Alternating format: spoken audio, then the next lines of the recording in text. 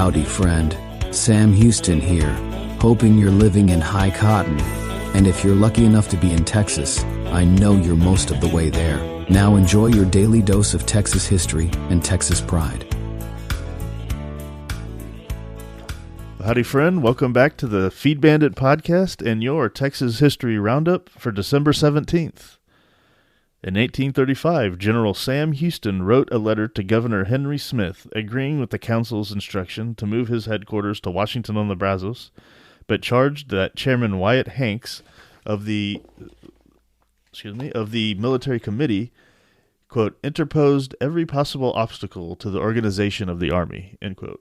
He added that, quote, over a month has now elapsed since the adjournment of the consultation, and the army is not yet organized. Getting tight there.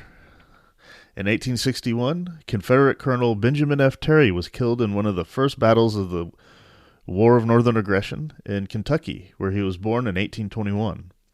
He had come to Texas as a youth and became a wealthy plantation owner and builder of railroads, including the first in Texas, the Buffalo Bayou, Brazos, and Colorado Railway, from Harrisburg to Richmond.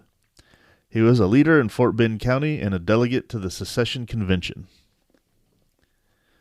In 1877, Charles Howard was shot by a firing squad of Mexicans, ending the Salt War at San Elizario, about 100 miles east of El Paso.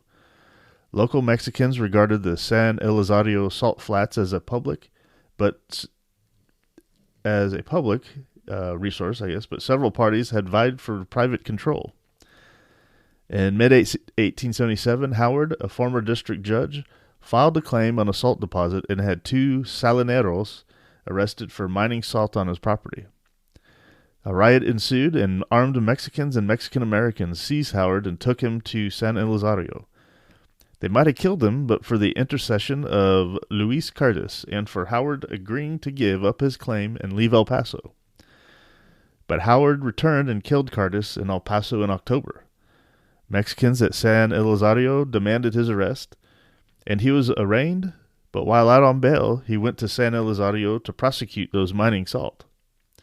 Angry Mexican miners, confronted by Texas Rangers, besieged the place where Howard was hiding. Howard gave himself up to save others in his party, and the firing squad killed him as well as two associates.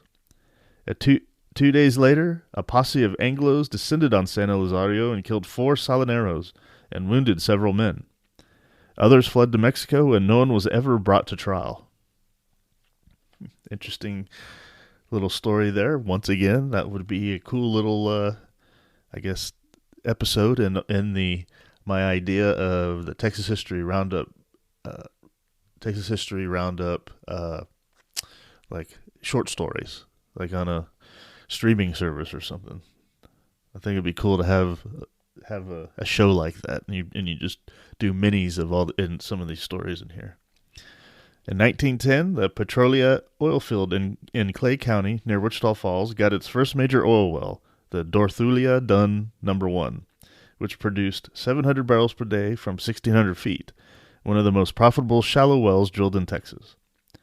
It reached a peak annual production of about 500,000 barrels in 1914, but production declined rapidly thereafter.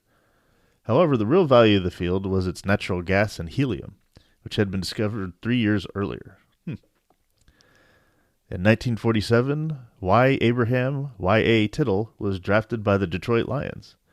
Tittle, who was born in Marshall in 1926, played tailback for Marshall High School and quarterback for Louisiana State University.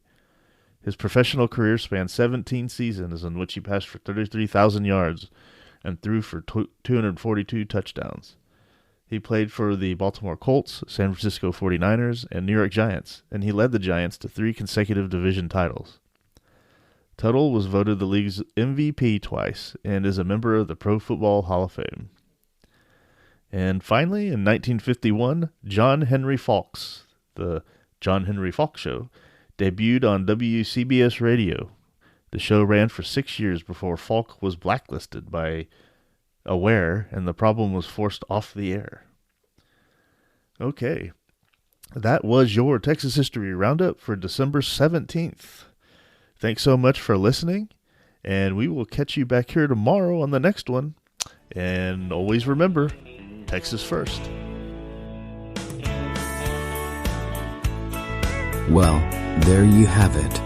If you like our podcast, check us out at feedbandit.com. There you'll find awesome Texas First outdoors gear and apparel. Your purchase helps support the Bandits and keeps this podcast on the air, fighting for you and for Texas. Remember, preserve the tradition, protect the legacy. Until next time.